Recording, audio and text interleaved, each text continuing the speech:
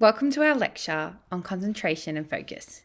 We will be spending a lot of time talking about attention today, which is how we control and redirect our focus and concentration. For me, as a coach and a researcher in skill learning, I've always resonated with this quote. How we use our attention, where we focus it, and what we look for shapes our lives in more ways than we know. So it really is difficult to conceive of any aspect of psychology that may be more central to the enhancement of skill learning and expert performance than attention. If you've been around sport, you've probably had or heard someone yell out for their athletes to focus from the sidelines after making a mistake.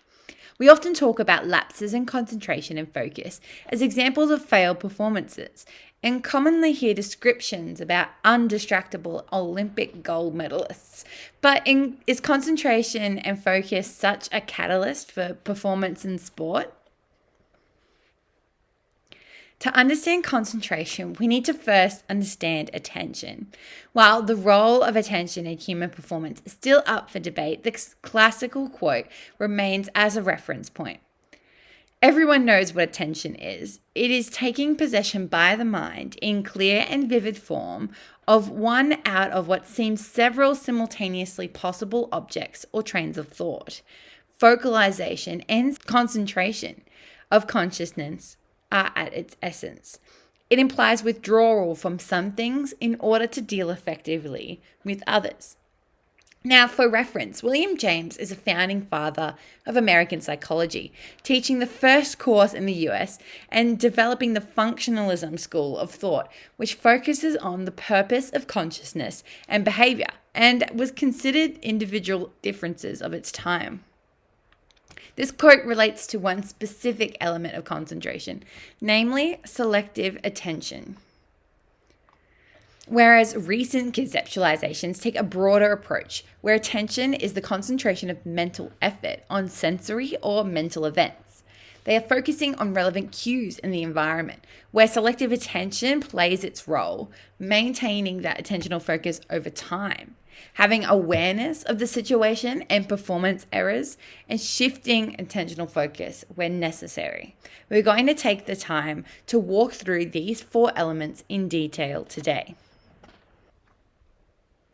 We have three different theoretical approaches when talking about concentration and focus, including humanistic, cognitive, and biological. I sit in the humanistic camp, but we will cover all of these approaches in detail. Let's start with the humanistic approach and flow states.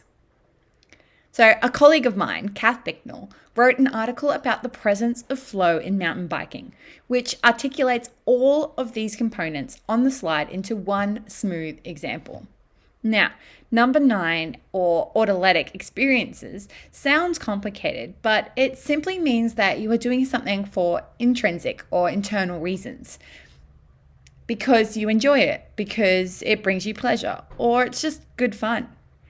This is similar to internal and external motivation, which means fame, money, or glory tend to have the opposite effect. They're flow killing.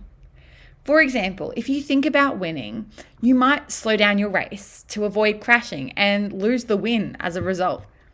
Flow helps us understand why it's important to stay focused on the moment. The challenge skills balance refers to our ability to overcome obstacles. And when you do something you didn't think you could do, it brings a euphoric feeling that we associate with flow.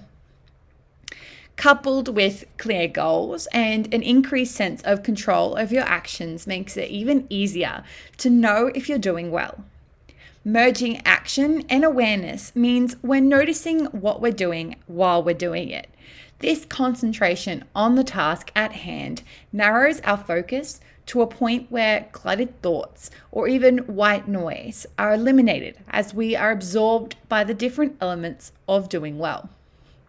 Some people even report feeling like things are happening in slow motion at some points, while others, the moment disappears entirely in the blink of an eye. This is what transformation of time relates to. Many of these factors interact, but they don't always have to be present and don't all have to be present for a flow state to occur. Some people are keenly aware of some elements more than others. A link to the article is on the slide for you if you're curious about what the rest of the article says. In terms of cognitive approaches, we're going to start with information processing.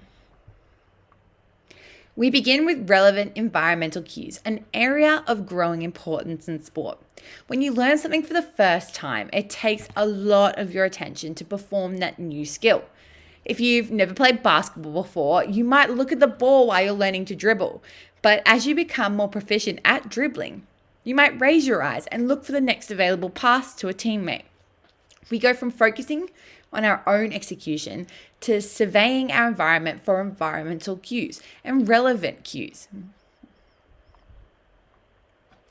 So the textbook highlights this really clearly by saying that the more you focus on yourself or things near you, the poorer you perform. The research supporting this statement suggests that external focus, or outside of the body, is better than internal focus, or on the body. Also, when we focus on things that are further from the body, this produces better performance than focusing on things close to us. For example, they suggest a golfer should focus on the flight of the ball rather than on the club face throughout their swing. A review by Wolf in 2013 centered on the external focus of attention and found that it benefits a variety of tasks too, beyond sporting skill demands to accuracy, speed, and even endurance. Improvements can be seen in performance outcomes, movement efficiency, and kinematics, which is the way we move our bodies. Most importantly, it's not limited to sport, with a variety of populations benefiting from external focus of attention in different situations and skills. So, how do we encourage athletes to have an external focus of control? Well, if we directly instruct them to perform a skill and they are relying on our instructions to perform it, it might be difficult to shift focus away from those instructions and their movements. Guided questioning may be useful in this case, where you encourage an athlete to think about where their focus is, but it may be difficult to put into words given many of our movements aren't always conscious thoughts. Maybe goal setting and task design are more useful here, where the way we design a task can influence the way an athlete behaves. If we use the same golf examples before, you could shape rewards on the flight of the ball, encouraging athletes to focus on creating a particular flight path and keeping their attention there as a consequence. I'll leave this with you to think about, but it may be beyond the scope of a sports psychologist other than bringing the athlete's attention to where their attention is in training or gameplay. So, according to Weinberg and Gould, we can only focus on thought content for about 5 seconds. So maybe the saying should go the focus of a goldfish rather than the memory of one. That means that people engage with about 4,000 distinct thoughts in a 16-hour day. That being said, how do you maintain your attentional focus for the duration of a competition? What about moment to moment, like the next serve, the next game, set, or match? Imagine you're competing in a golf tournament, played over multiple days, and 72 unique holes to play, and you find yourself one stroke up at the 71st. I'll admit, I am one of the last people who would watch golf, but you may have experienced this scenario in your own way. You step up to the tee, and as you do, an image of the championship trophy flashes through your mind. It is so close. But as you bring the club down, that momentary distraction, that one thought, throws you off your swing and you hook the ball into the trees. You finish the 71st with a double bogey and ultimately finish second. If you've caught any of the Tiger Woods documentary that came out in January 2021, you cannot fault his focus. Similarly, if we look at a sport like tennis, when I pose the question of how you can maintain attentional focus over games, set, and matches, here's the perfect video to show you. This might just look like any rally, but this Australian Open final went for almost 6 hours, and these 31 shots between Rafael Nadal and Novak Djokovic happened 5 hours and 23 minutes into that match. I encourage you to go through the slides and watch this video yourselves. Another aspect of concentration and focus is situational awareness, which is actually one of the least understood aspects. Have you ever seen those athletes who always know exactly what to do at just the right time? Or even seem like they have all the time in the world to make a decision despite a ball flying towards them at 150 kilometers an hour?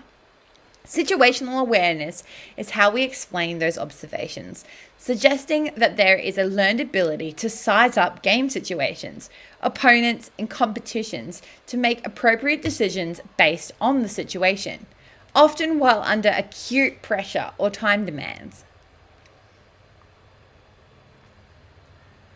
We have a number of reviews in maintaining situational awareness, with a key one by Mann and colleagues indicating that experts and non-experts actually differ in the way that they process information and attention. We now know athletes attend to more advanced information, anticipating future actions, and therefore making faster decisions. They can identify movement patterns in their opponents, search for key cues in a more systematic way, and are able to successfully predict the flight pattern of a ball. Being an expert sounds pretty great. The final element of shifting attentional focus actually overlaps with the second cognitive approach of Nideffer's attentional styles. Now, we're talking about controlling what we're looking for and where, which we define in 4 categories.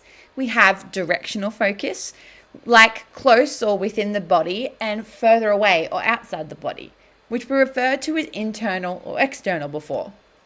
And width, in terms of broad or narrow. Starting at broad external focus, this is attuning to the external environment like water hazards, wind direction, trees, or if you're anything like me, always landing in the sand traps. They seem 10 times bigger than they really are. Shifting our focus internally, broad internal considers the things that you can control, like recalling a similar experience, the current playing conditions, or even the club that you select. Staying close to the body, narrow internal is focusing on yourself, like tension, imagery, breathing, or pre-shot routine. Moving outside the body again, narrow external focus is on something other than yourself, in this case, the ball. This eliminates the space and time for other internal cues or thoughts, similar to the common trope of keep your eyes on the ball, but we'll cover that phrase later. This is the textbook illustration of the 4 types of attentional focus, ranging from broad to narrow, external to internal. We have 3 processes that may explain the connection between attention and performance, but this is based on a specific conceptualization of the human brain. It relies on the information processing approach, which likens the human brain to a computer, filled with processes and capacities. Not everyone believes that the brain has a capacity to do things, and while we do process information in the brain, it may be more ecological than a computer processor, or even take less conscious effort than we thought. But it's important to know that this is the perspective we're using when we talk about these 3 processes. So, our 3 processes of attentional focus center on selectivity, capacity, and alertness. We talk about selectivity as where we focus our attention and what information that is giving us. We like to refer to our focus of attention like a spotlight, illuminating the cues that we can see when we are looking for them in a particular place. Some examples could be a cricket batter looking for gaps between the field, or a tennis player watching their opponent's wrist as they serve to anticipate where the ball is going. Visual anticipation is worth a whole other lecture, but you get the idea. We see what we focus on. When we're over-aroused, though, our ability to consider these cues can actually narrow through a systematic reduction in our range. A common example is actually missing peripheral visual information when we're under pressure, like not seeing an open teammate to pass to as a defender chases you down. I have a funny example of this where we were running late for a baseball game and someone tried to reverse park their car into my car all the way until it hit it because she was so stressed about being late she didn't see my SUV, which is pretty hard to miss otherwise. Among these two processes is our capacity, the notion that we can only process so much information at once. I don't necessarily subscribe to this line of thinking, but can attest that expertise includes less focus on the execution of a skill and more situational awareness as a skill acquisition specialist. If you can free up your attention by moving without thinking, you can focus on other things like your teammates, the opposition, your playing style, formation, or even state of the game. These are the kind of athletes that we talk about when they look like they have all the time in the world. Here is a little exercise to think about scenarios where the demands of a sport might ask for a particular attention style. So there is a box on page 378 of Weinberg and Gould's 2015 textbook, and it summarizes something I have spent my decade of coaching explaining. Have you ever been simply told to watch the ball when playing a sport involving some sort of moving ball and an implement to hit it with? Well, it turns out that this long-held belief isn't necessarily correct based on all the concepts we've spoken about today. Not only can we move our eyes away from the ball without a performance decrement, we also have examples across sports like tennis, cricket, and baseball that it is virtually impossible to track a ball coming towards you above 140 kilometers an hour, probably even less. So elite athletes don't track the ball. They find advanced cues in the way the ball is coming towards them. In cricket or baseball, it's about the way the bowler or the pitcher moves. And in tennis, it's about the way the server's racket or even the way they face or move their hands as they're coming up to serve. They're not saying that watching the ball is unimportant, but rather optimal performance is inevitably enhanced by an athlete's ability to predict the flight of the ball. This extends to our internal or external focus of attention, with Castaneda and Gray showing that baseball hitters were best when they focused on the effects of moving their bodies, which was on the ball leaving the bat. Instead of thinking about the skill, which could actually disrupt the execution of that skill, we should stay externally focused on what we're trying to do rather than how you're moving. This has major implications for how we coach and teach technique, for example. So, how do we assess attentional skills? We have a test of attention and interpersonal style, which isn't sport specific, but helps us understand what our preferred style is, which we revert to under pressure or when we're over-aroused. The difference between effective and ineffective attenders is not being overwhelmed by multiple stimuli and narrowing focus without leaving out important information. Finally, we have the psychophysiological approach to attention.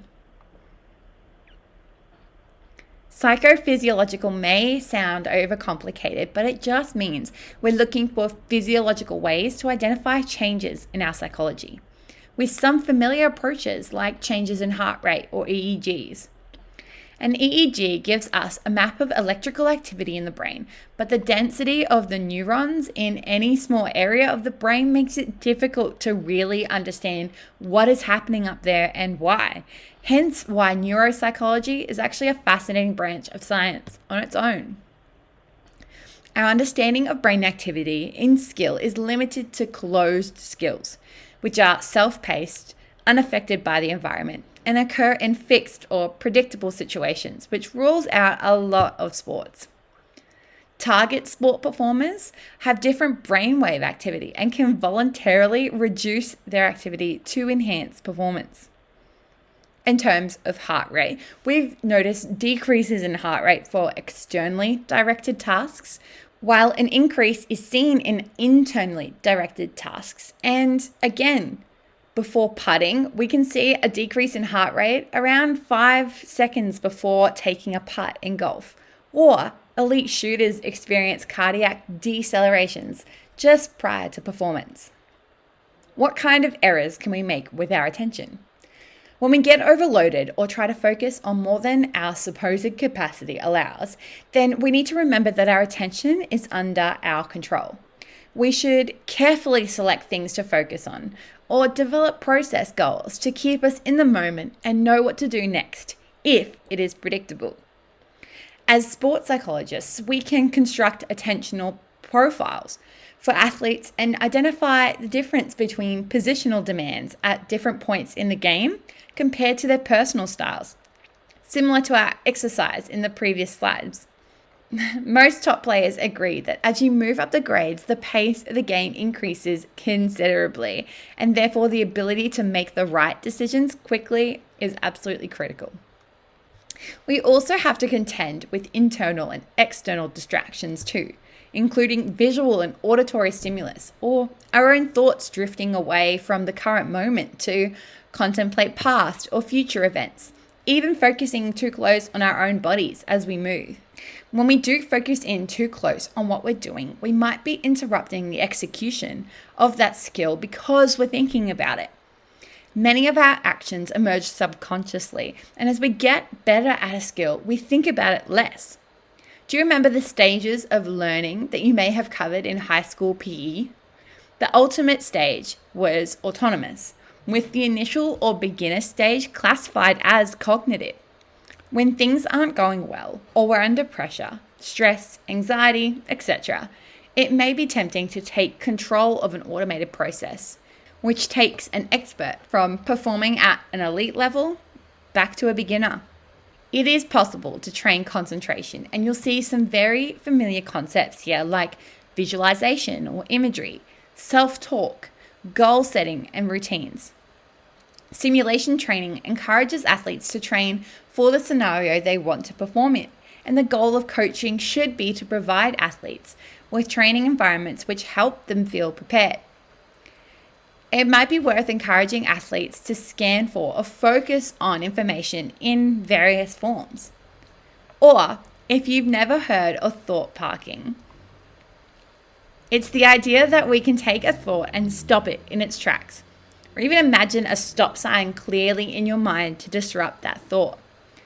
You could just imagine this GIF. It would definitely be hard to keep focused on that negative thought with this playing in your head. We can improve concentration through internal and external training. Cueing, responding positively to failure is easier for some than others.